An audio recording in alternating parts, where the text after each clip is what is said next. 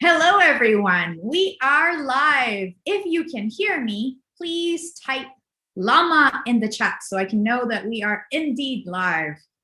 We are super excited to be with you today. Let me know if you can hear us loud and clear. Hello, Southern California, Mexico, West Australia. Ooh, wow. Got people from all over the place. Yeah. South California too. Oh, yeah. 2 people from South California. Llama, I see llamas. Awesome. Thank you, everyone, for confirming that you can indeed hear us. So welcome, everyone, to another Etchr Live demo. My name is Maria Pais, and I'm your host today. And I'm here with Jessie Horne. Hi. And and we have a wonderful gouache demo for you today. As you can tell, we have a lot of live demos nowadays. So if you want to make sure you get all of that sweet content, hit the subscribe button on our YouTube channel, hit that little bell, and that way you will get notified whenever we have any of our amazing live demos. So you never miss them. You also get the podcast notifications. So hit that thing and share this live demo. Grab the link, share it with your friends, bring people over. Let's have a Friday night party. Well, Friday night where I am. So Saturday morning. Someplace. So just hit that. And please fill in the live demo survey so we can make sure to bring you the best content all the time. So I will post that in the chat in a little while. And as you know, if you've been in a demo with me before or with Anya, for example, we are asking you to please type your questions in the chat. But before you type your question normally, type question in all caps. That way I can scan the chat and know which are questions that you want Jessie to answer. So please follow that guideline. And I will ask them to Jessie if it makes sense to whatever she's painting at the time. Otherwise, I will save it for the Q&A portion at the end. And we have a 1 hour time limit for our live demo today. But before we start, Jessie, we would love to take a quick tour of your sketchbook and see what you're all about. For sure. I'm going to move over to this camera here so that it's a little bit easier to see. Sure. I'll spotlight that one. All right. So I'm not going to be doing a plein air in the wild demo today because it's a little bit hard to do that live. So I do have some examples of plein air paintings that I've done in the past, just to kind of show you how you could apply this in a real world situation. So this is a painting that I did in gouache in the summertime in August in a park near my house. So that's where I do most of my paintings. I live really close to a park, so a lot of my stuff ends up being there. You can paint whatever is around you. It doesn't have to be exciting or crazy. It can just be the stuff that you see every day. So these are all done in traditional gouache. Today I'm doing my demo in acrylic gouache, but they act very similarly. Traditional gouache, you can have dry in a palette and re-wet it with water. So it's really good to take out in the field with you. Whereas the acrylic gouache does not re-wet with water. So I like to use it in the studio. This is another tree scene of the same park. And these are done, generally it takes me about 45 minutes. Some of them, like this one, maybe was closer to an hour because of the architectural elements, but I usually spend about, something like this would be maybe 30 minutes, something like this, 40 minutes. Architecture, I very rarely spend more than an hour on a painting. Partially that's due to comfort. When I'm sitting, I usually have a little stool or I'm on the ground, so it's not always super comfortable to sit for a long amount of time. But it's also the Impressionist nature of painting in gouache. It's really nice to paint kind of quickly, get that impression in, and then you have this memory. It's kind of like a photo that you've taken with your sketchbook. So yeah, those are some examples of things that I've done recently. Yeah, and I would say it's important to just paint whatever you have around you. I think a lot of people have a block that you have to have this really unique scenery to paint, but you can truly paint anywhere and paint anything. So that's what I would say about my work there. Wow, these are beautiful. Thank you so much for sharing these. Of course. I'll come back over. Well, if you all are painting along, we are back. They can see your face again. If you are all painting along with us, go ahead and grab your supplies and let's get started. What do you think? Sounds great. Yeah, let's get started. Awesome. Let's get going then.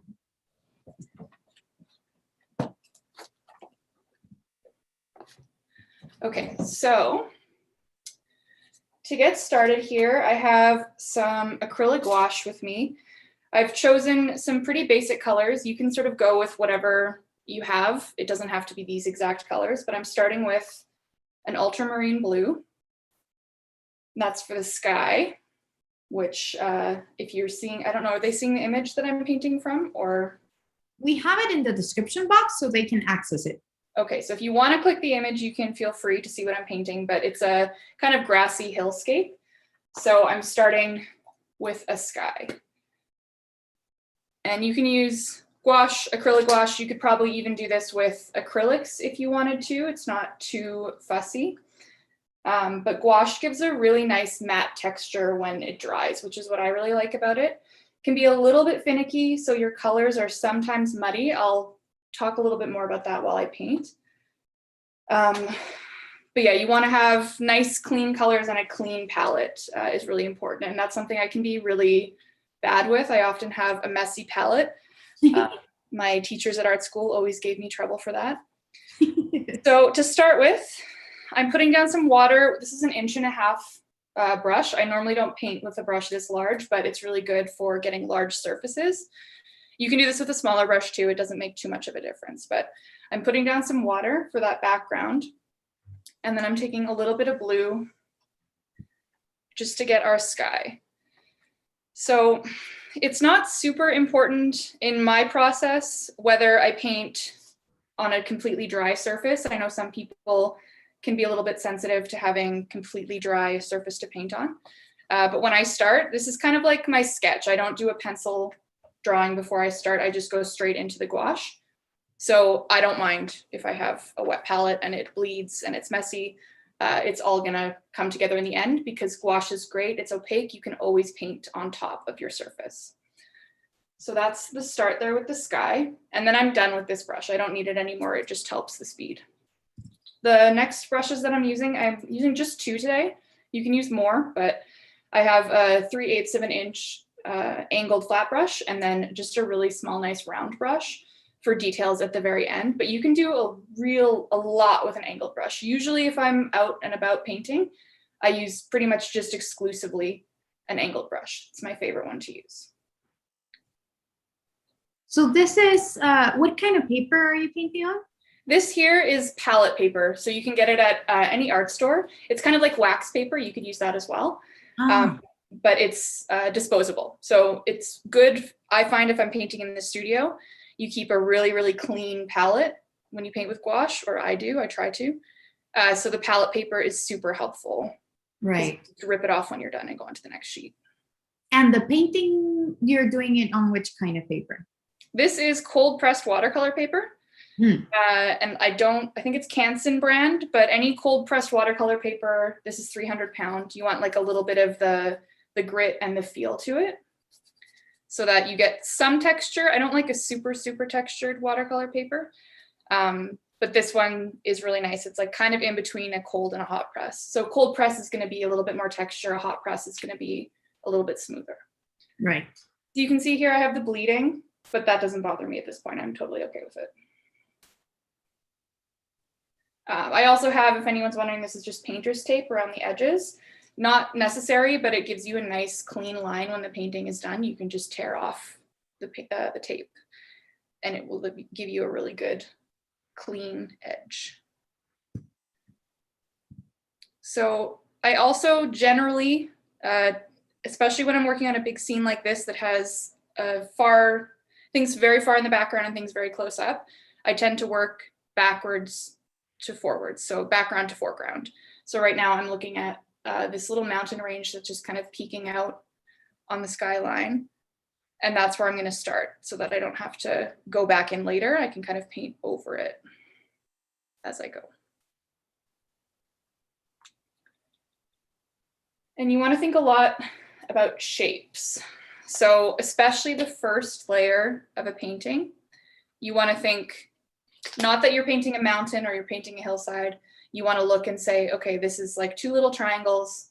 That's what I'm going to paint. You look at the lines, you look at the edges. You don't need to focus on having all the details. You can always go back in and add them later. And it's going to give you a lot more unity to the piece when you just look at the big shapes first.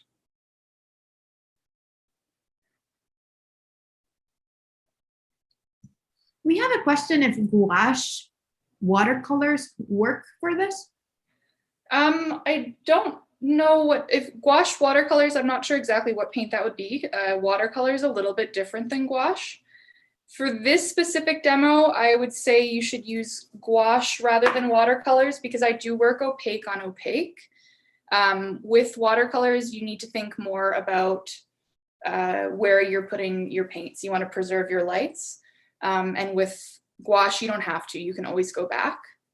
So I'm not sure the specific type of paint you're using, but if you can get it fully opaque, then that should work just fine.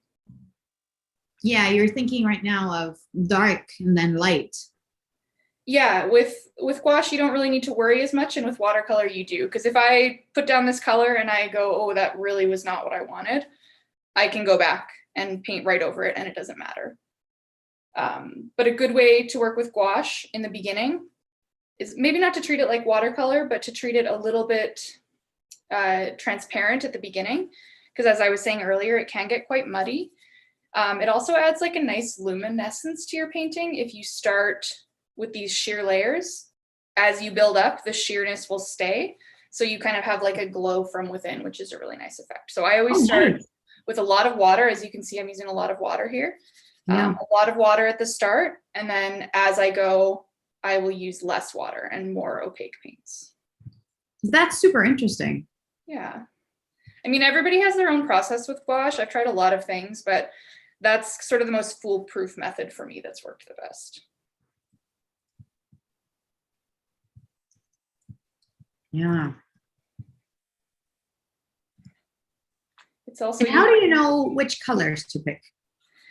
I try to go with a semi-limited palette. So I could have limited this palette even more by using a yellow instead of 2 shades of green, but green can be a little bit finicky. So I kind of like having the variety to choose from more than one.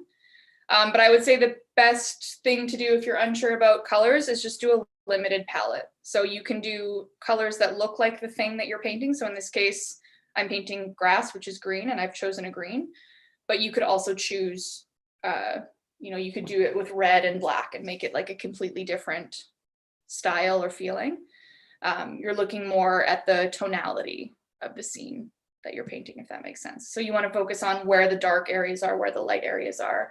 Right. Or it's as important or more important than the color that you choose. Generally. We're getting a request if you can talk about the colors you're mixing. Sure. Maybe a follow-up question would be, is there a specific thing you want to know about the colors? But I'm mixing right now. This is kind of like a dull green. Which green did I choose? This is a sap green. And I'm mixing it a little bit with just, it's called green, but it's like a much more vibrant green. So I'm adding a little bit of vibrancy here up towards the front of the painting, because that's the point that is going to have the most detail. It's the closest to your eye. Mm-hmm. So I want it to be a little bit more vibrant, whereas in the back, I've toned it down a little bit with a bit of black and a little bit of blue in the hills so that they'll sit a little bit further behind. I don't know what else you would want to know about the colors, but if you get a little bit more specific, I can try to answer that question. Yeah, thank you. Thank you. I think in general, it's just letting us know what you're mixing when you're mixing. Sure.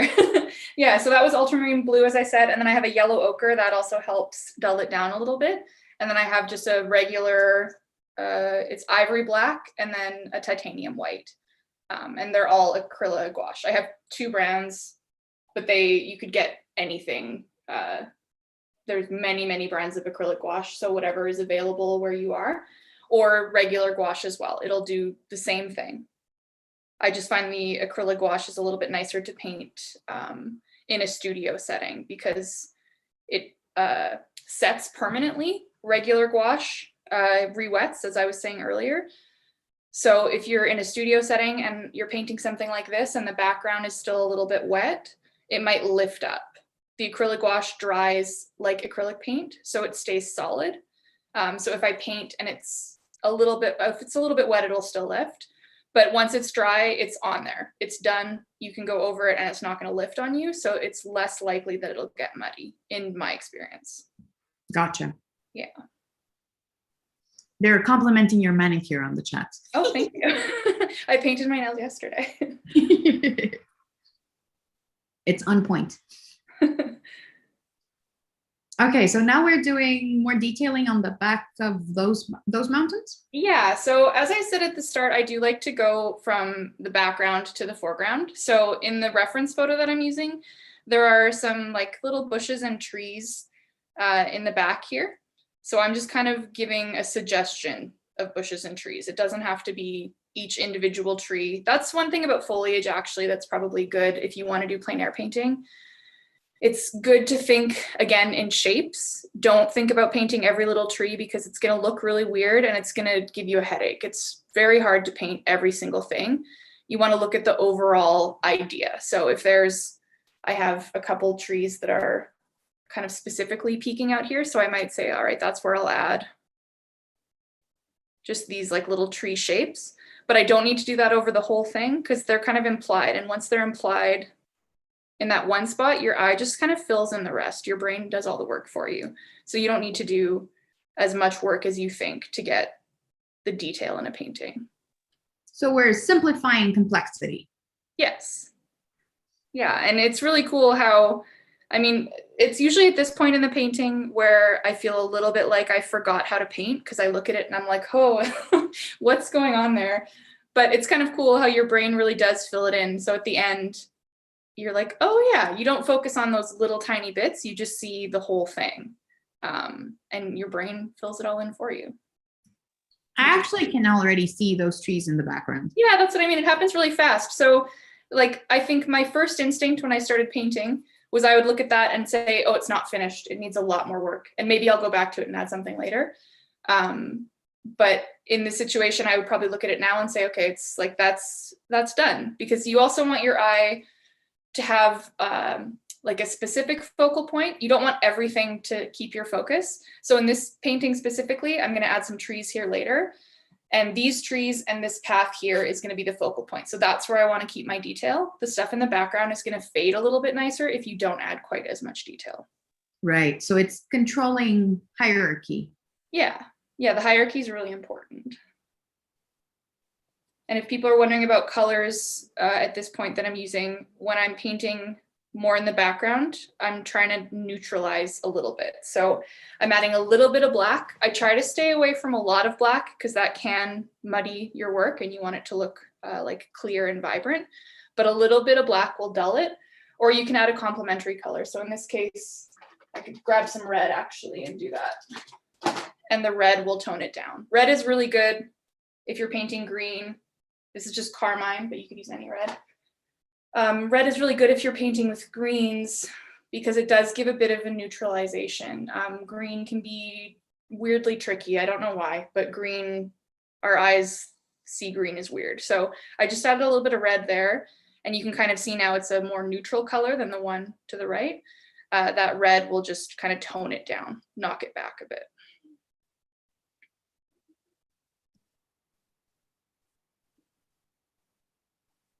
Awesome. And another cool technique that I like to use, especially with a brush like this, is doing a bit of dry brushing. So I would take, let's say this green, and then before I paint with it, pat it on a paper towel or a rag or something if I'm out in the field. And I don't have a separate piece of paper, but you can kind of test it before you paint just to make sure you get that texture. The bristles kind of separate. And then if you lightly go over, I need to add more paint again. If you lightly kind of run your brush, you can see you get those split. Yeah. You get some textural elements to it, which is really cool. So that's one of the reasons I prefer to paint with a flat brush usually other than a round brush. A round brush I find doesn't give me that texture. And the flat brush is a little bit more versatile. And then you can go in and just scrub it and then you'll get that texture. That's when cold pressed watercolor paper is really nice. When you're scrubbing like this, you get the texture of the paper coming through. Yeah. Yeah, and it can add a lot.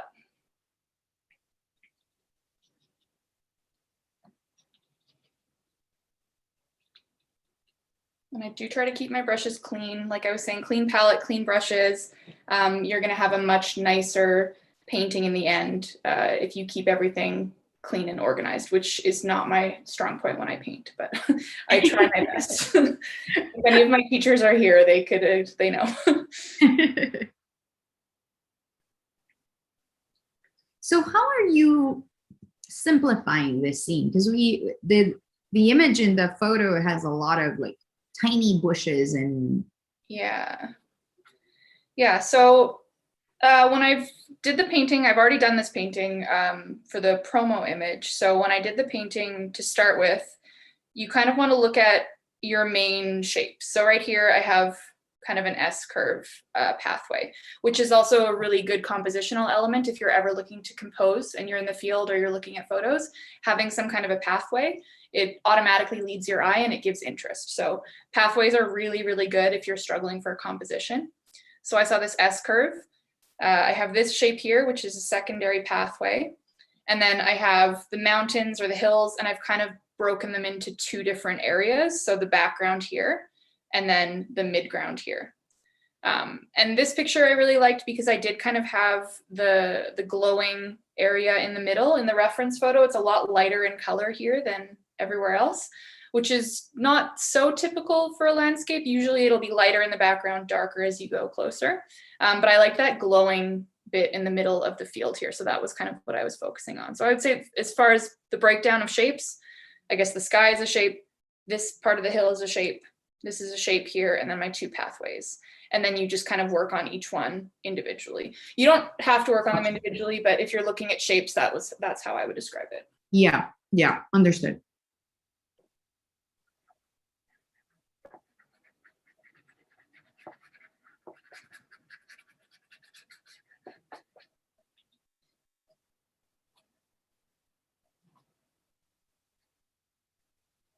And that's another thing, as I was saying with gouache, because you can go over and paint on top of what you've already painted. In the painting that I'm doing, there's going to be two trees right here, which is an important focal element of the composition. If I was doing this painting in watercolor, I would have had to plan for it, make sure that I preserved my whites, and then painted kind of around the trees, which isn't really like how I enjoy working. So in this case, I can paint everything first and then go back and do the trees, which is, in my opinion, a lot easier. So I feel like as an artist, it's kind of a battle of being lazy.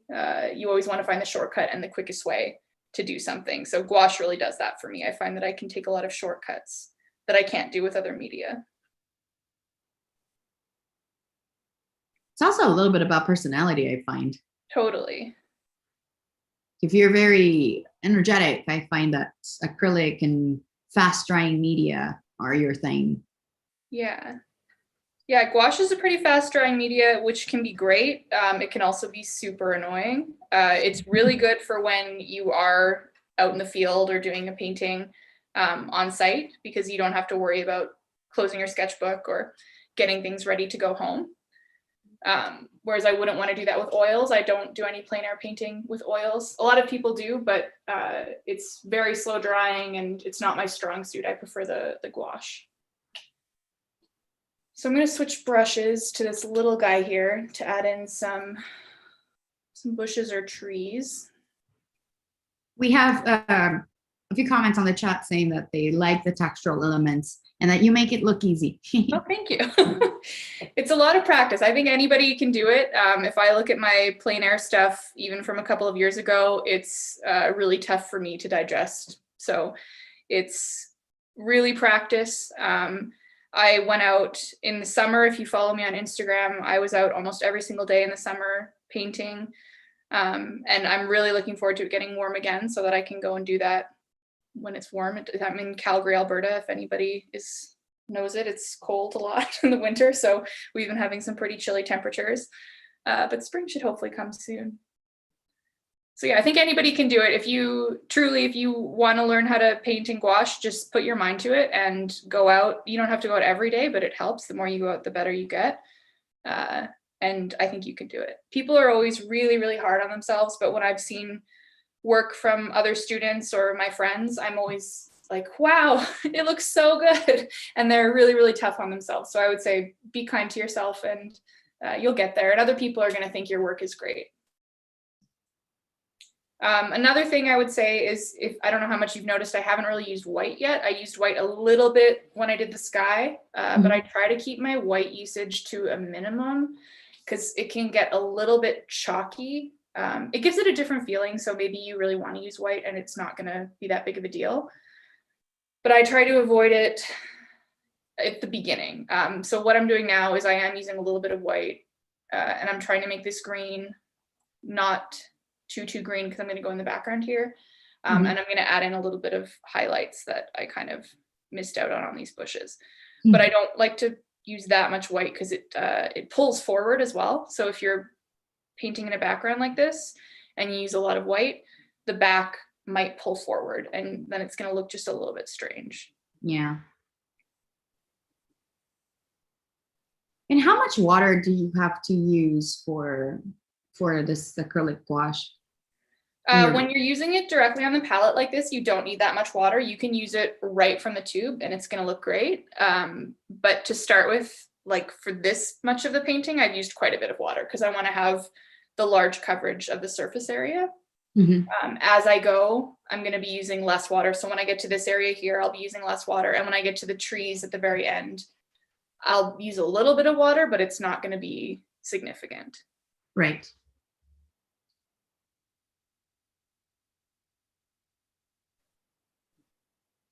Yeah, and it's these little tiny brush strokes that you're implying bushes. You don't need to do every bush. You don't need to do every tree. Just those little brush strokes are all you need, and it weirdly comes together. Yeah.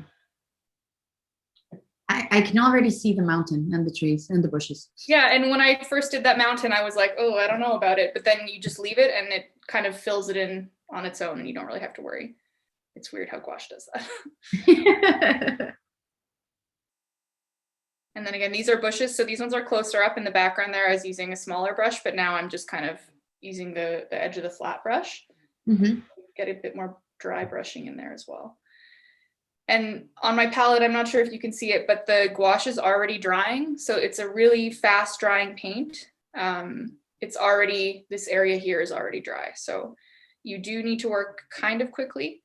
But that's part of the fun too, is that you work with this medium and you get faster and you work to its strength. So it's fast drying. That's something that you can work with rather than against. I like that thinking. Yeah. Instead of buying media that would make it dry slower. Yeah, some people use, I think they call it open air acrylics, and they're like a slow drying acrylic made for if you do plein air painting and you want to paint in acrylics rather than oils. But I've never really seen the appeal. I mean, there's something for everybody, so yeah, I've never tried them. Maybe they're really great, but I like the fast drying element of gouache. Also, when you're in the field with gouache, depending on the temperature, you get a lot of variation in drying time. So where I live in Calgary, it's really, really dry. So in the summer, my paint is dry immediately. Like, it's sometimes hard. Another reason why I don't use acrylic gouache on the when I'm in the field is it dries so fast. So the water with regular gouache, you can keep re-wetting it, but the paint just dries unbelievably fast in Calgary in the summer. But if you go out, if you follow me on Instagram, you may have seen I've been painting a little bit in the winter. If you go out in the winter, the paint dries at, I don't know, half or quarter of the speed. Like, sometimes it won't be dry when I'm done the painting, or it'll freeze and I have to keep the sketchbook open and kind of fly it around as I walk home to make sure that the paint dries. So temperature can really change how fast or how slow your paint dries for you. Gotcha. Yeah. So now we're adding dark, right? Yes. Yeah. So I'm still using a decent amount of water, but I'm trying to preserve this kind of light glowy area and bring us up to the front where I'm going to be using a little bit more vibrant color and a little bit more opacity in my paints. And since this is acrylic gouache, once it dries on the palette, you can't revive it, right? No, you can't revive it. It's done. It's sort of plasticky, right? Yeah, it really dries. It's basically like a matte acrylic. So if you've ever used acrylic and you know that feeling that it has, it's really, really similar to how the acrylic feels when it dries, but it's just matte. Right, so green, blue, and black for those shadowies. Yeah, this is a pretty simple color palette, but as I'm getting darker here, I'm using the green, blue, and black to kind of, these two tone it down a little bit. I mean, the blue could brighten it, but with these greens, it's working to sort of tone it.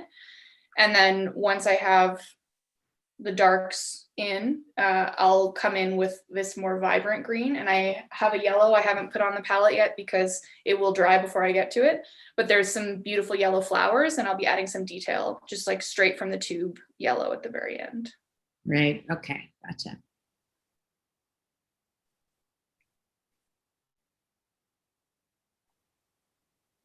So we're at the 30-minute mark, by the way. Right. That's not too bad because I would say I'm about 75% done. This is the point where it starts to come together really quickly. So I start to remember that I do know how to paint at this point. I'm like, all right, it's looking like something. That's good. I didn't totally fail, because sometimes it can feel like that until the very end, like your painting isn't going to look like anything. But I try to finish them even if I think they look bad. I try to finish it and just move on for the next time. So I'm adding in a bit of detail for the gravel here.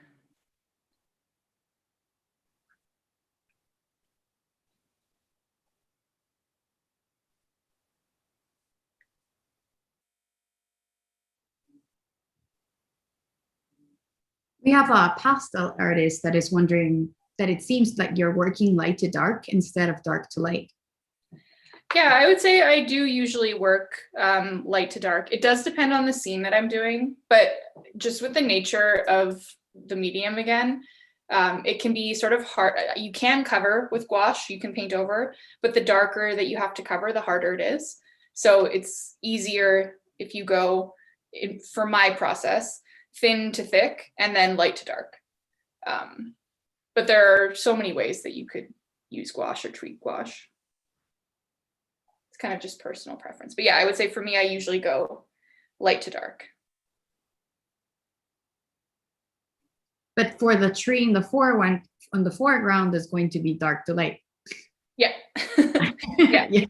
Okay. And that's just to make my life easier so that I don't have to paint around all these little details of a tree. I can just go in and finish it up.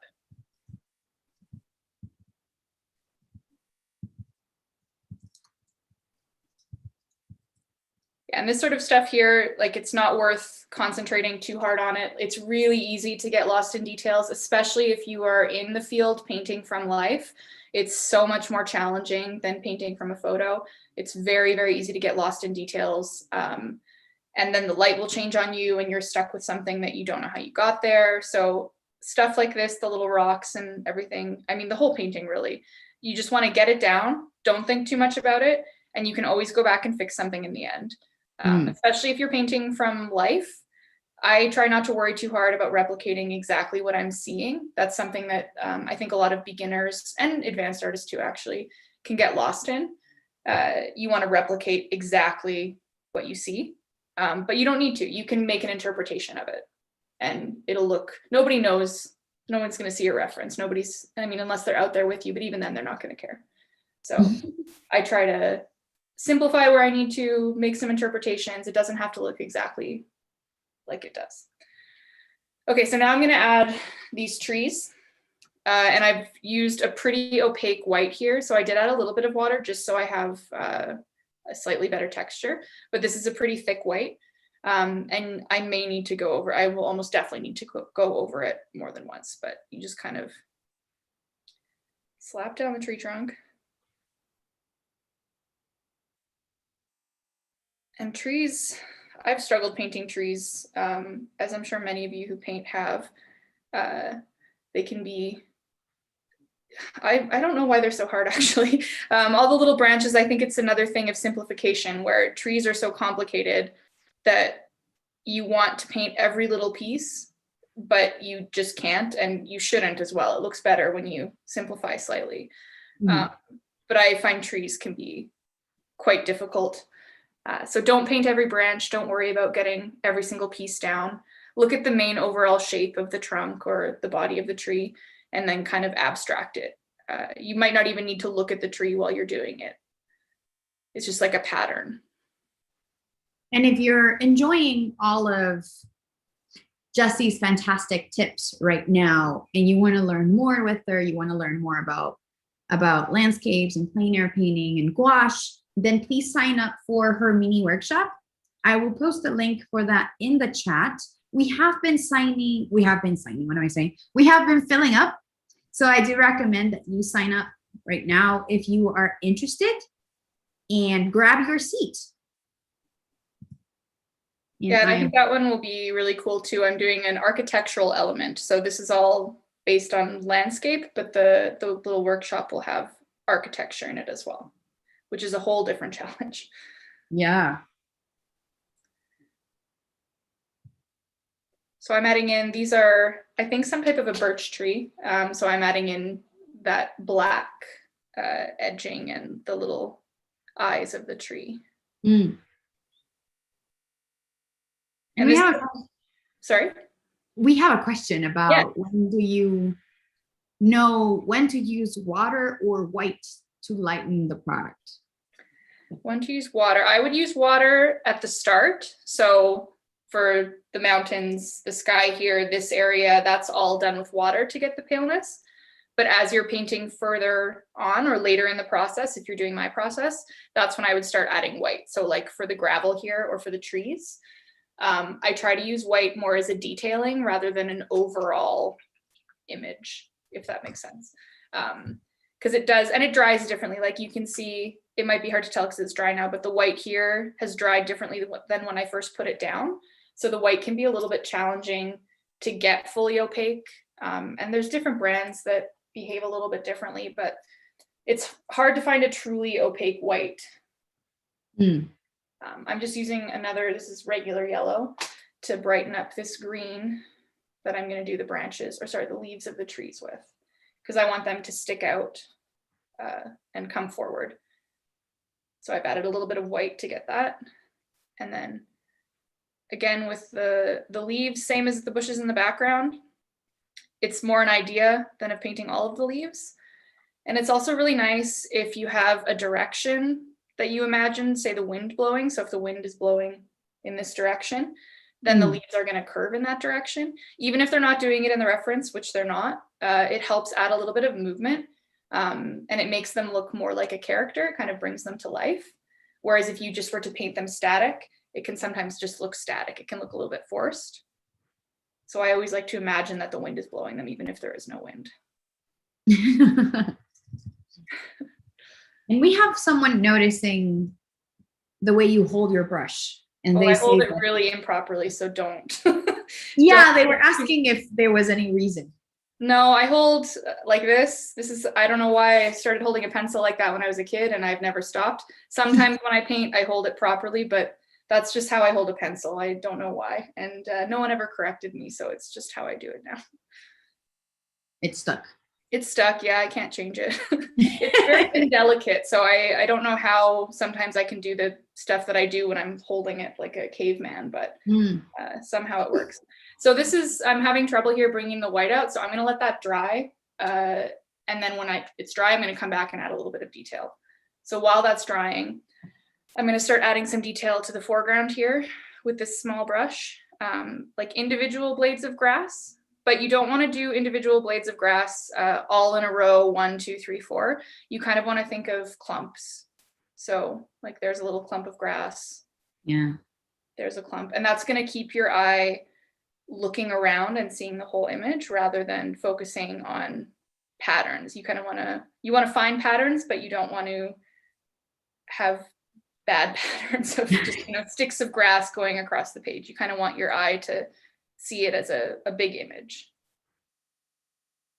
I find that sometimes if I'm painting something that's like leaves, my brain goes in automatic and I start painting them all the same way. Yeah.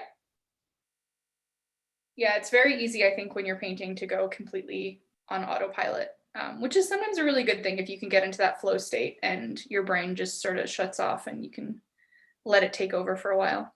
Mm. But this is where I really love texture. So I've added in kind of like the dry brushing here, and then I've gone in with these square shapes. And now I'm adding in little tiny blades of grass. And I find that as a whole, that gives a lot more of a dynamic nature to an image. You have different sizes. It's not all the same size of mark making.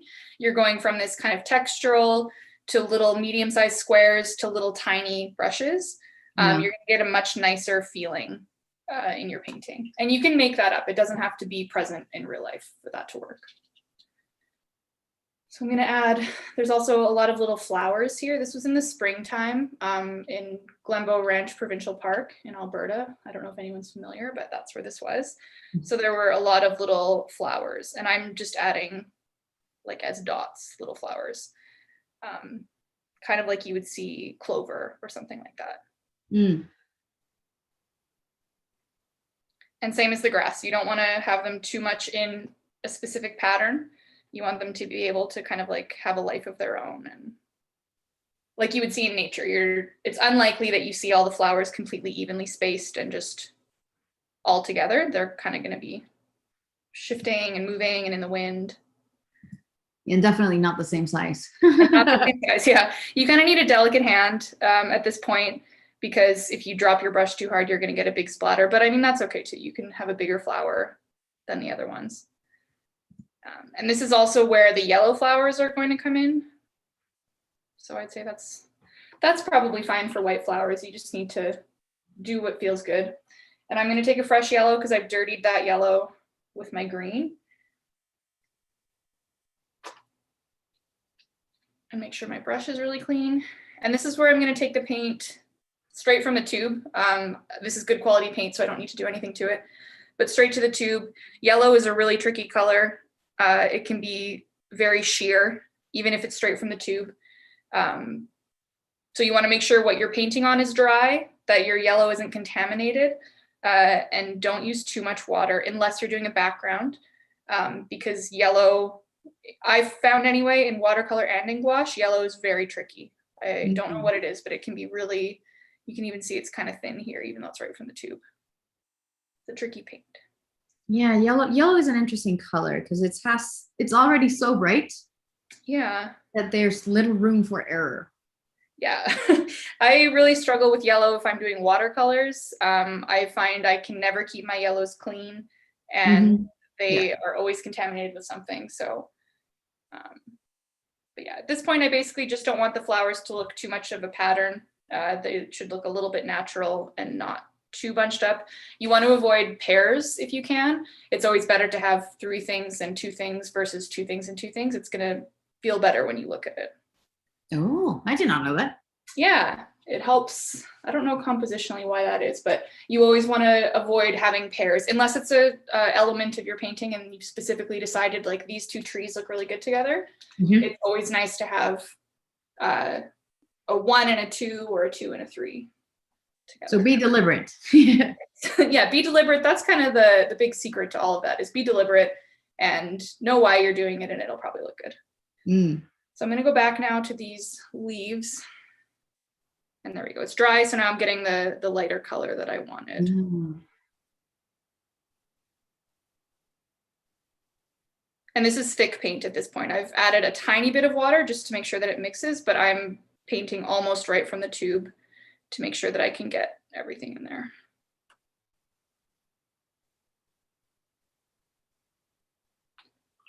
And then with the lights done, I can go in like I did with the grass. This is just kind of the opposite. With the grass, I did the darks and then added in the lighter grass. With the leaves here, I'm going to add in the lights and then go in with a bit of darks.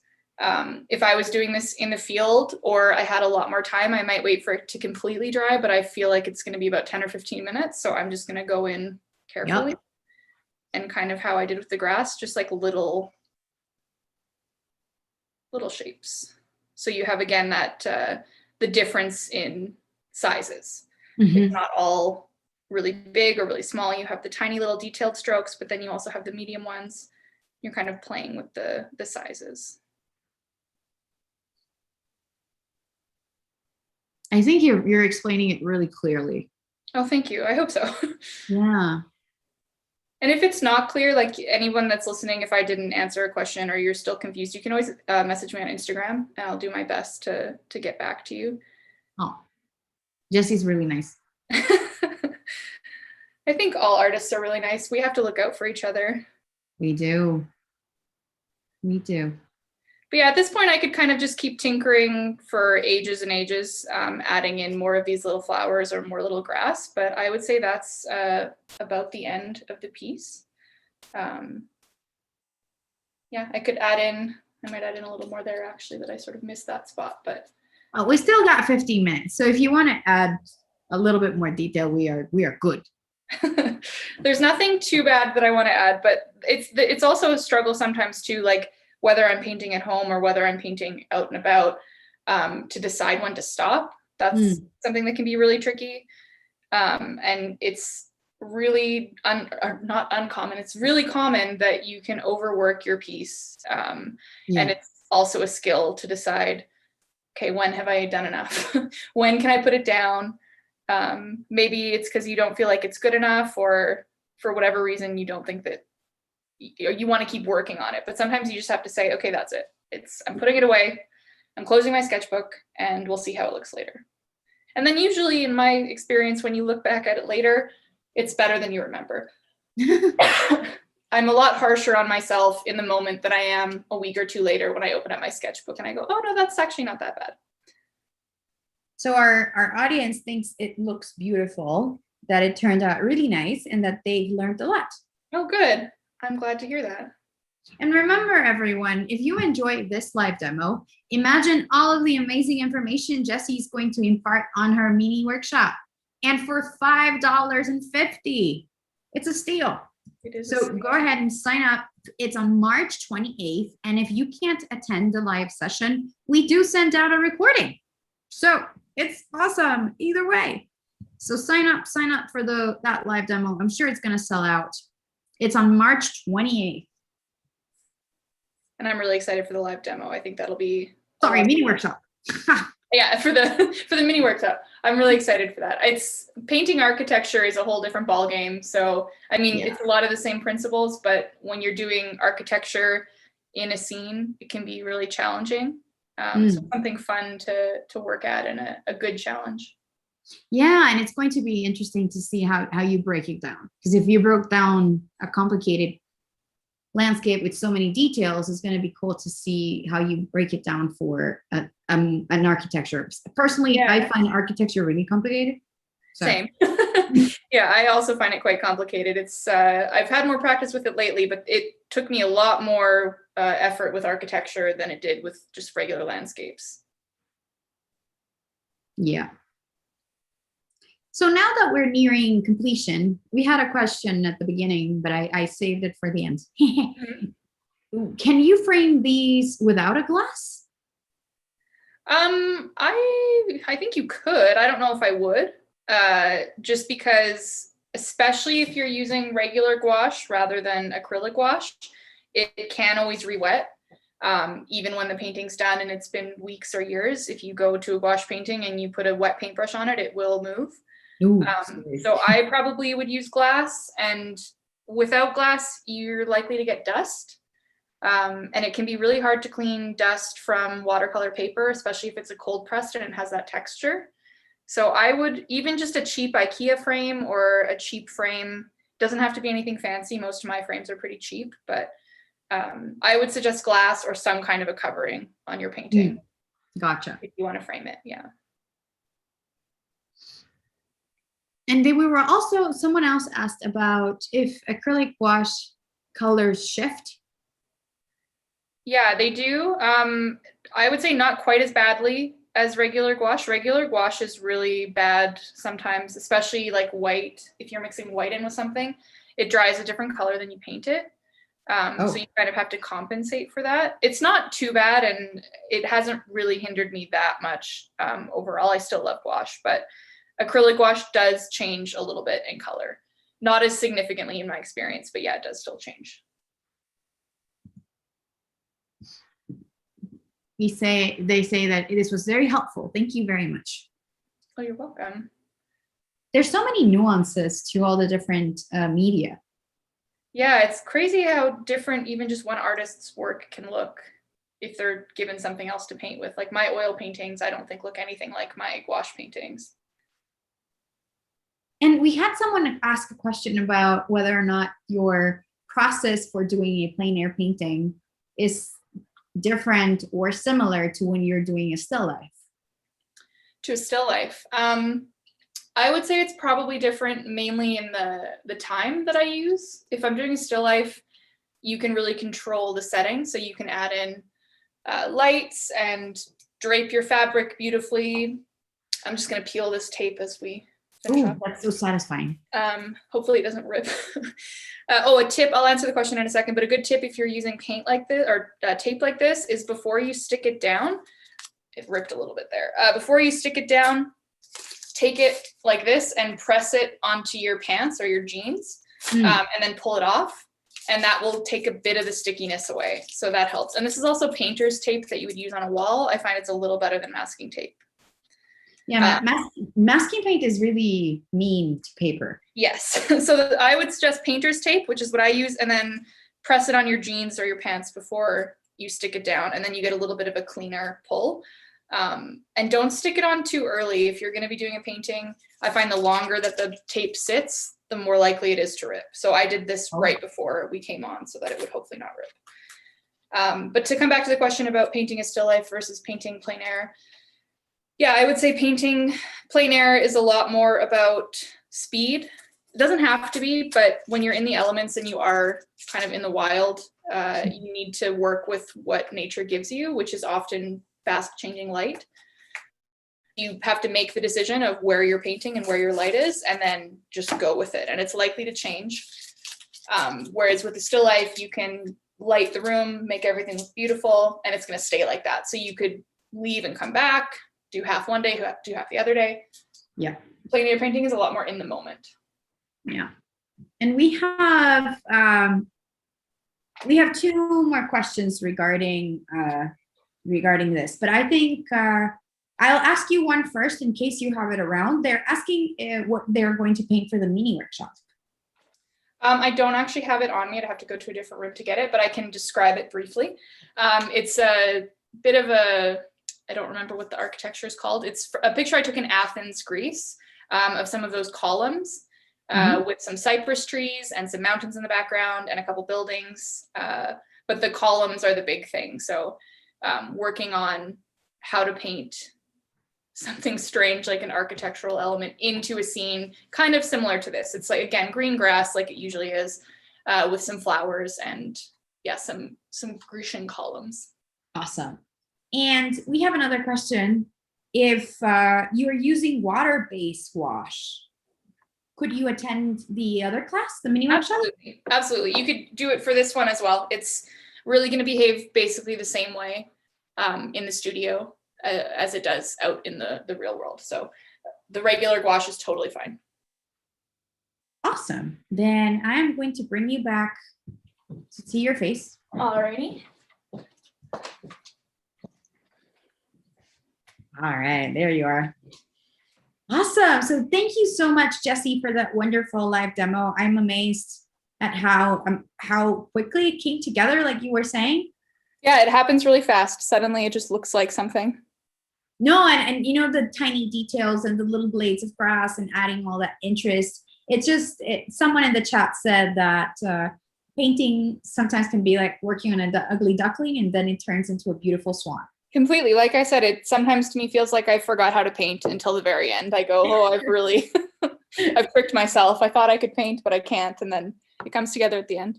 Yeah, no, and it's looking beautiful. I really enjoy this. And I think our viewers really enjoyed it. They've sent out some great comments here on the chat about how lovely it looks. And we have a few people already signed up to your mini workshop. That's awesome.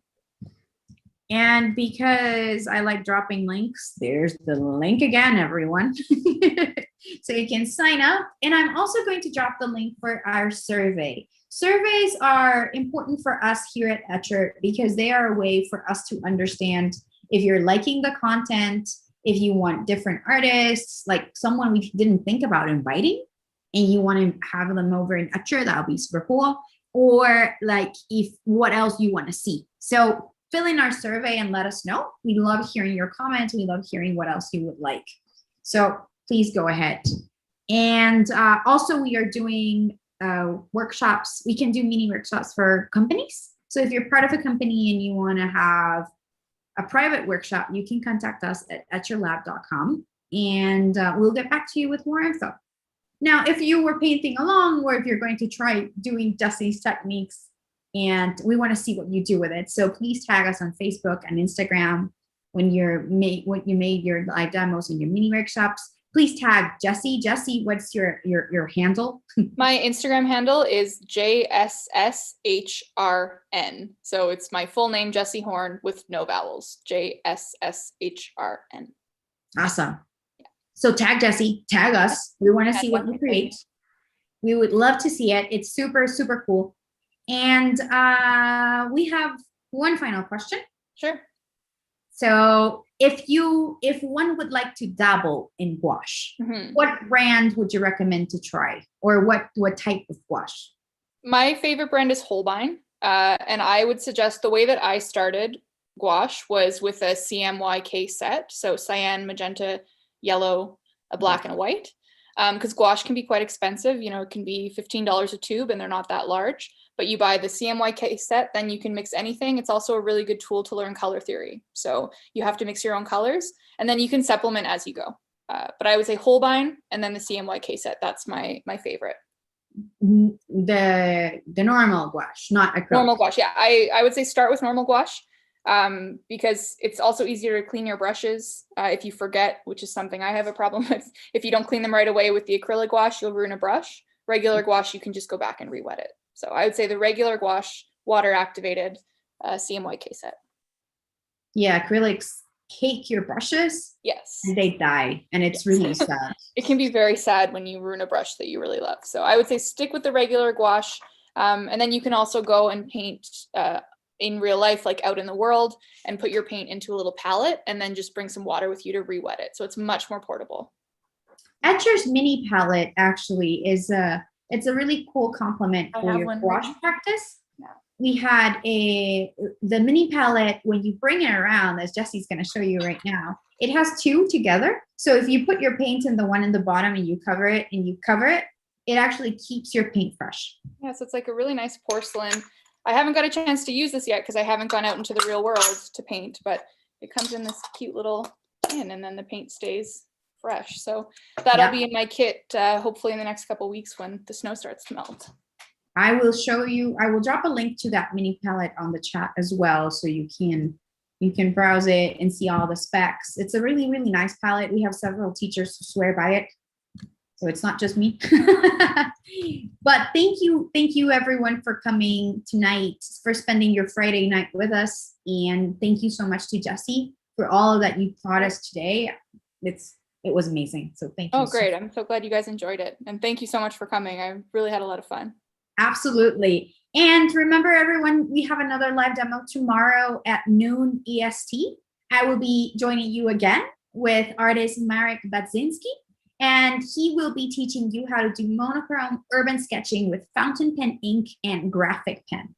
So it's going to be a really, really cool simplifying architecture, loose sketching kind of workshop. So come along, bring your materials and paint along with us. And I will post Jessie's Instagram handle on the chat, JSSHRN. Yes. Okay. Awesome. Well, thank you so much, everyone. And we will see you again on another Etchr live demo. And go ahead and sign up for Jessie's mini workshop so you can support her. Thank you, everyone.